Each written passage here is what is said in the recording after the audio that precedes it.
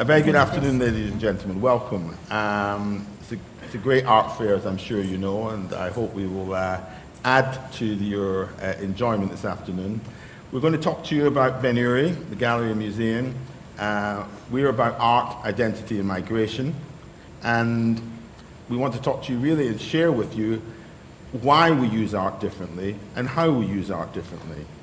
And we principally do this because we're tiny. Not tiny in impact, we're not tiny in exposure, but we're actually tiny physically in terms of the gallery space, and we're tiny in terms of our manpower. If only we were Tate, but we're not. But we are as ambitious and as purposeful as any national gallery in the country. And therefore we had to work out how are we going to actually deliver our purpose when we have so little resources. So we thought differently, and we've ended up using art very differently. So I'm the chairman, Sarah McDougall's the director, Adam Denning, Deborah Grunberg, and Orit Gal are our team of future. So we split between the existing, the current, today, and tomorrow. Because all successful businesses dedicate a certain percentage of their management time on actually planning and preparing for tomorrow.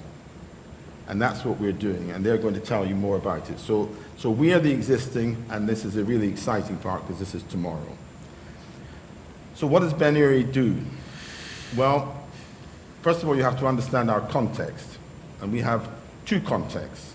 We have 1915 to 2000, and we have 2000 to 2022, and 2042, 2062, 2082, and 3000 hopefully. So we were founded in the East End of London in Whitechapel by a Russian Jewish emigre from Paris called Lazar Berson.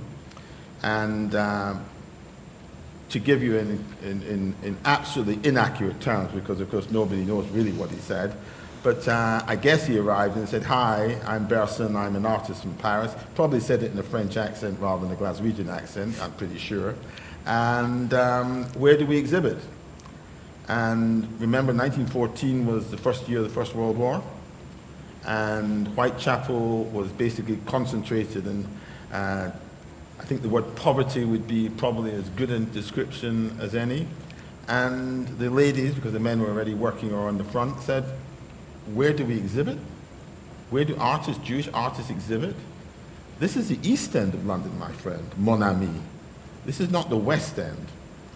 And that was the first challenge, and that's why Lazar Berson actually founded Ben Urry within a left-wing intellectual framework to basically collect, and had a vision of being the first Jewish art museum in the UK, which, if you take it from its basic surroundings, was really quite an ambitious and remarkable vision. And I think in a funny sort of way we've developed that and we've achieved that, but we're a much broader institution than simply the Jewish community. Ben Urry was the principal provider of culture within the Jewish community from its founding days right through to around 1980.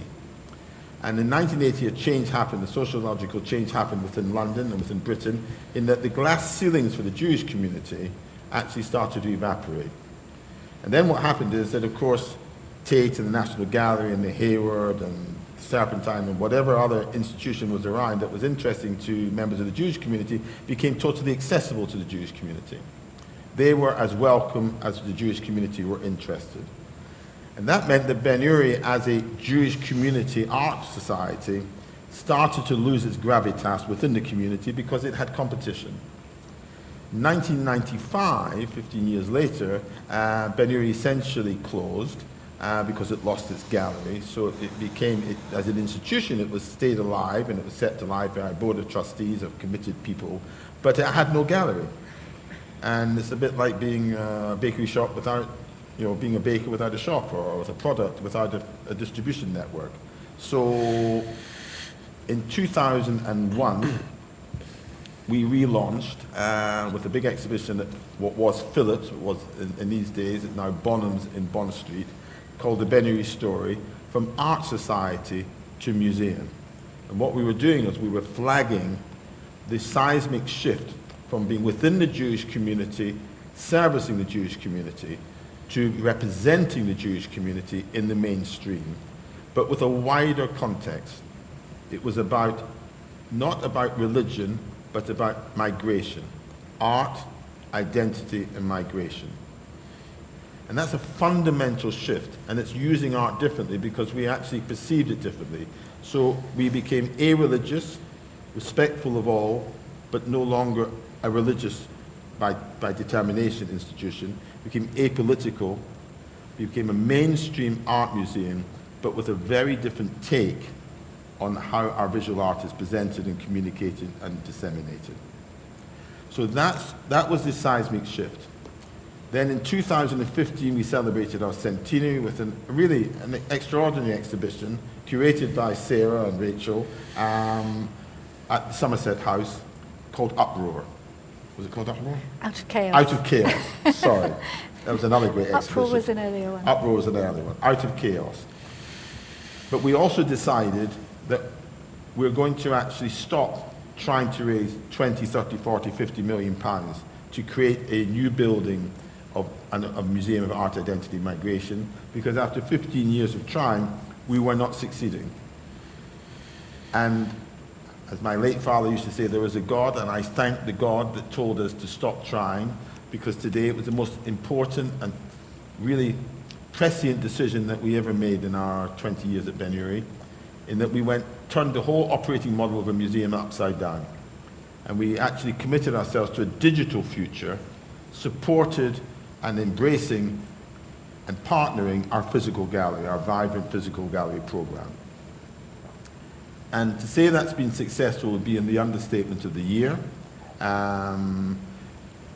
If we have a good, strong wind behind us this year in 2023, one way or another, Ben Urry will be seen by 1 million people digitally. And we're one of the 52% of all UK museums that struggle to get 100 visitors a week through our doors. So you can understand the comparison. And what's really important is, and I say this right at the beginning, so whoever's going to ask me the question, is there any substitute for the real thing, for standing in front of a painting? The answer is no. There is no substitute for standing in front of the real thing. But if you can't get to the real thing, then the best substitute is digital. The only substitute is digital. So is it best? Not as good as the real thing. But for everybody who can't get to the real thing, it's best. Now downstairs we have an exhibition curated by Sarah, which is all about art, identity, migration, and different waves of migration. So I want to introduce Sarah McDougall, who is our director and our head of collections and our head of curatorial services. And she's going to take you through some of the artwork downstairs and why they're so important.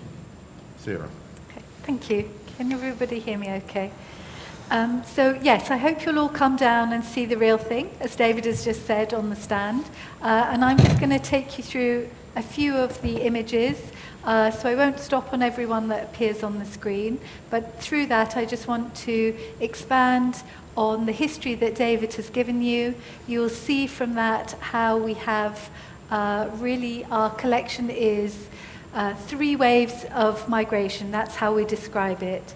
We have the first wave of migration, which was our founders, like Lazar Berson, the artists from his generation, and also their sons and daughters who were born here.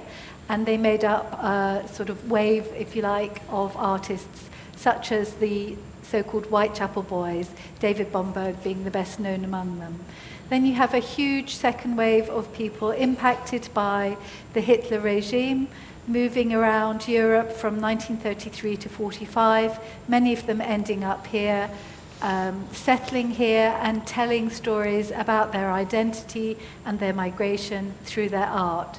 The third wave, which is the smallest part of our collection currently, but will eventually be the largest part, and which is made up of not one wave, of course, but many, many waves, many identities, many religions and none, people from many countries. So there's a lot to cover there, and I'm just going to unpack a little bit through some of these pictures. So the first work that we see is by a Nigerian artist called Ben Nwanwu, and this is the opening image to the exhibition downstairs. You can see him, as it were, dancing in, introducing us to the exhibition. So Enwonwu was born in Nigeria. He trained in Nigeria, and then he decided to complete his training on scholarships here in London. He studied at the Slade School of Fine Art, and he also studied at Ruskin School of Art in Oxford. And after that, he decided to do an MA in anthropology. And what he's depicting here in this painting, which was made when he had returned to Nigeria, but he would actually keep studios in London and Lagos for many years. And on her first trip to Nigeria, he would sculpt Queen Elizabeth II. He was said to Africanize her appearance, but she absolutely loved the sculpture, and she had a small maquette made for her, which was in her own collection. What you see here is Enwonwu really engaging with his own heritage. He was from an Igbo heritage, and the men in this ceremony would dance this dance in honor of unwed adolescent girls. So you see him wearing a white mask for purity and innocence. You see the breasts are depicted, and this incredibly graceful movement as he dances in and shows us the way into the exhibition. So he would also spend time here during the Biafran War, and although he returned at the end of his life to Nigeria, he's beginning to be more known here, and he's incredibly celebrated in his native country, where he's seen as a pioneering modernist. So, as I said, I'm not going to have time for everything, so I will take us on to the next image, which is by an Indian-born artist called Lancelot Ribeiro. He was born in what is now Mumbai in India, and he came from a Catholic Goan heritage, and you can see that very much celebrated here in his portrait of King Lear. You have this crown of thorns at the top, and you have also these sharp edges to the forms, which is very much like the sort of slivers of stained glass he saw in the windows in the Catholic upbringing that he had, and which he put also into his townscapes, which looked just like that crown of thorns on the top of King Lear's head. He'd also looked obviously at African art, and he would combine all these things in his painting. His friend, the Indian poet, said that he was always trying to reconcile his origins, his identity, and bring it all together through his art. Here we have the image that was behind David as he spoke. It's called The Handmade Map of the World, and it's by a Dominican artist who came from the Caribbean at the age of 8. And if you look closely at the map, you'll see he's completely reordered conventional geography. So a playful message, but also an important political message. What actually would happen if these geographies were reordered? We have next to that a work by contemporary artist from Eastern Turkey, Gula Atas, who's been with us at the display today. Her work really shows her experience as a refugee and how she explores in that the concept that mentally we carry our home with us wherever we go. Next to that is another contemporary artist, Zori Sharoki, who's also been with us today. She came to England after the Iranian Revolution, and her work references the moment a couple of years ago in Iran where very brave women who were protesting against the compulsory wearing of the hijab began to take off their headscarves in Revolution Square. She told us today how those women are pulled down from the platform, their hands and their feet are broken, and they're imprisoned. And there are now 40,000 people who've made that protest who are imprisoned today in Iran. So you can see she references the headscarf here, and she also includes the universal symbol of freedom and migration, the swallow, which is at the heart of the picture. I'll just look here at Frank Auerbach's fantastic depiction of Mornington Crescent. He was, of course, a child refugee from Nazism himself, and this celebrated location, Mornington Crescent, has been at the heart of his work for many years. He's lived in the same place for more than 70 years, really cleaving to that location and celebrating it with this really vigorous impasto and fantastic, joyful palette. This is a work by Ernst Eisenmeyer. It's a tiny work, don't miss it, it's just on a pillar. It was made in 1962. He himself was a Jewish immigrant who came over at the start of the Second World War. He'd already been held in a concentration camp from which he managed to escape. Over here, he was interned as an enemy alien during the Second World War, and he developed his painting career after that. This work was made in 1962, and that year was passed an important act about immigration. After the Second World War was the Liberal Immigration Act, which welcomed many new communities, such as the Windrush community, to Britain. But in 1962, an act was passed to stem the tide of immigration, and he makes a work which is very prescient today with current news stories. This is Law and Order, where a white figure is oppressing a person of colour.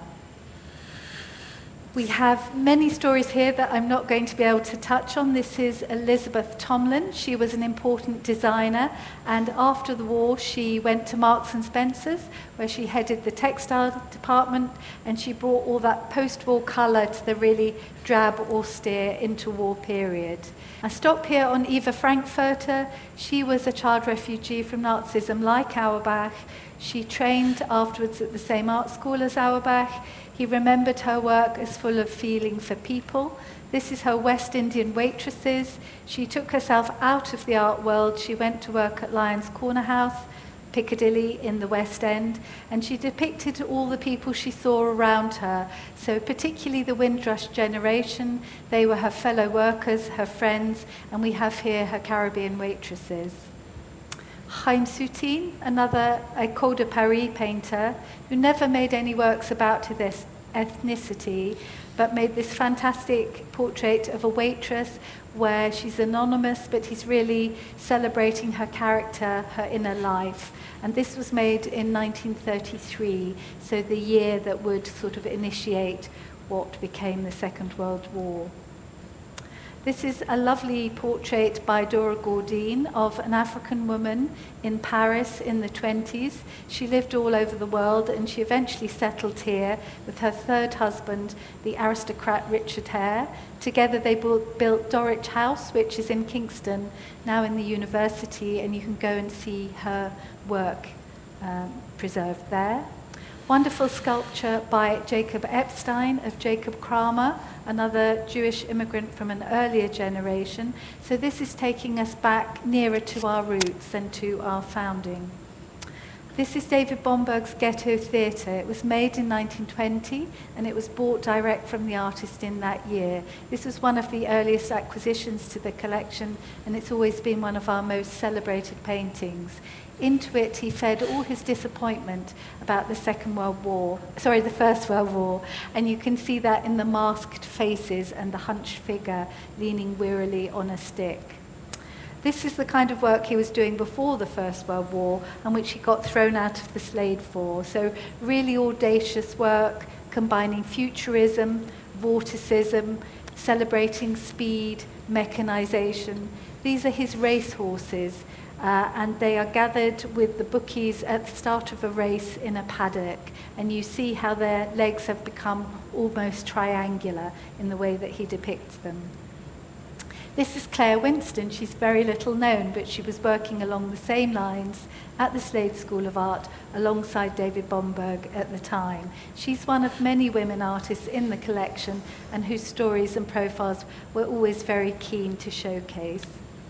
This is Isaac Rosenberg. He made this self-portrait in the trenches during the First World War. He sent it in a letter home, joking that this was the new fashion, the boiler hat. He was to be killed in action, so he never came home. And this picture, which has a lot of intrinsic damage, is a really poignant reminder of his story. Mark Gertler's Rabbi and Rebbitzin really sums up everything about the Jewish immigrant experience at the time of our founding, which David touched upon. This was made in 1914, probably in his mother's kitchen in the East End. You can see him combining traditionalism and modernism. We have cubism going on in the background with that dresser. We have things seen from all sorts of different viewpoints. He's been looking at the post-impressionists, and we have these huge enlarged working hands and large eyes. He'd done a similar thing in a portrait of his mother, and he said that was to show suffering and a life that had known hardship. So in essence, it's a kind of microcosm of the Jewish diaspora. One of the earliest pieces is this lovely little head of Romilly John by Epstein, and it combines these naturalistic baby features with this almost abstract helmet of hair. Augustus John gave him a fiver for it, and it was probably his first private commission here in England. And then to close, we have the earliest work from the display, and this is a huge monumental canvas by an artist called Alfred Wallmark, who became very important in Ben Uri. He was vice president for many years. He was active in the kind of things that were required for the collection, and he gave work to the collection. This was made in 1905. It was painted in England, but it draws on his Polish roots, his Jewish roots, and his English identity as an artist. It shows his great reverence for Rembrandt at the time, and he also included himself right in the background of the picture, that little figure with the cap and the moustache, a cheeky little self-portrait there. He made this the centerpiece of his exhibition in London in 1906, and the exhibition came at a time when the first Immigration Act was passed in order specifically to stem the tide of Jewish immigration at source. So in making it the centerpiece, he was making a cultural act of assertion, but he was also reconciling his Polish, his Jewish, his English, and his artistic identities. So that is what we do through our displays at Ben Uri, in our collection, our exhibitions, and our research unit. And we'd love you to come and enjoy these pictures for real on our stand. Thank you. Thank you. Can I take on from there and just talk about two things before I hand over to the interesting part of the future? So first of all, Sarah also heads up, when she's not actually doing everything else, she actually heads up the Ben Uri Research Unit. And the research unit is about studying and recording digitally the Jewish and immigrant contribution to British visual culture since 1900. No other institution in this country actually addresses this. Many institutions actually have exhibitions about one community, another community, and their contribution or particular artists. But only Ben Uri actually takes the circle and actually then records it. And we're building up a database which we suspect will be 3,000 to 5,000 by the time we're finished in 10 years or 15 years. But at the moment we've published over 600. 622. As you can see, Sarah will always, the scholar will always have the detail and the generalist will always have the things. So 622 profiles, which are scholarly research. They not only just tell you about the artist, but they tell you the context. They explain the contribution to British visual culture. They have a bibliography, they have an exhibition history, they have where the major works in what public collections. And as this builds and builds and builds, it will become more and more useful and needed by, particularly in the academic sector, university students, university lecturers, schools for A-levels, as well as a tool for social integration, which we believe is very important, and that's part of the way and the reasons why we use art differently. There is a separate website for that. It's called BURU, Ben Uri Research Unit.org.uk. I urge you to look at that as well as everything else online, because it really is, you start to build a flavor. I mean, the collection is 29% women. The national average is 3%, I think. Am I correct? Yes, sadly, that is the case. Sadly, yeah. And we have artists from 45 different countries. So the scale of the collection reflects the overall immigrant contribution to British visual culture. I want to talk about one more thing before we go on to the futures, and it's part of the future of Ben Uri. It's the Ben Uri Arts and Health, mental health side. We've been working with particularly elderly people for around 14 years now. And we first started going into care settings, into old age homes, and presenting art interventions and talking about paintings and the art of making artworks for old people often living in social isolation or with dementia. A professor who we had the privilege of having lunch with today, and I can't see in the audience whether he's here or not, Professor Michael Bowen said to me after 5 years, he was very impressed, or 4 years, very impressed with what we did. He says, but can you demonstrate, he says, I'm a scientist, can you demonstrate that what you actually do actually generates a meaningful and measurable impact? And the answer was, like every other museum that was trying to actually help in this area, we couldn't. We neither could measure it, nor could we actually really demonstrate it was meaningful. And somebody said, you know, if you talk to somebody who's old and living on their own, a cup of tea and a piece of chocolate cake is a real bonus. So how do you know that all the research and all the work that you're doing in terms of creating art interventions has any more? And the answer was, of course, we couldn't, and we didn't. But then we did. So we transformed ourselves from being perhaps in the entertainment business to being in the scholarship business, again, just as we do in the art side. And we started to work with universities, and we started to research and evaluate exactly what we were doing and how we were doing it, and what actually did work, what did engage, and what didn't. And we've ended up in a situation where, because of the overall circumstances of the care sector, I mean, I don't need to tell you, you just need to listen to any news broadcast or read any newspaper. You know, social care in this country has been in crisis for years. I'm not going to mention any particularly political events that may have reduced the human resources within the care sector, but they are desperately short of manpower. The staff turnover in the care sector is around 30%, and they simply neither have the money nor the resources to actually create art interventions or any other type of art interventions on a regular basis. They have it sporadically, and it's all well-meaning, but there is no set protocol, if you like, no set best practice.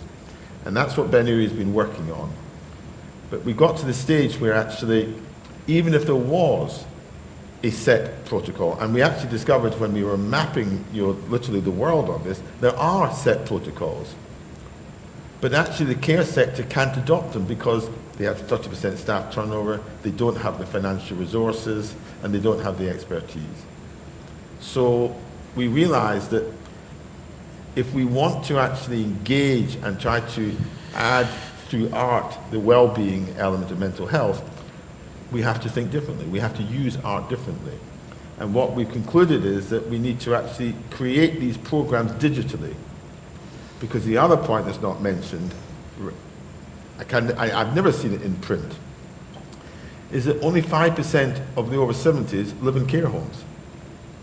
95% live in either their own homes, yes, or their families' homes. And all the emphasis is on care homes because there's an economy of scale. So by creating these interactive programming and digitally, we'll actually be able to stream it into people's homes so that people living alone or just on their own will actually be able to engage and benefit from them. So that's a big project for the future.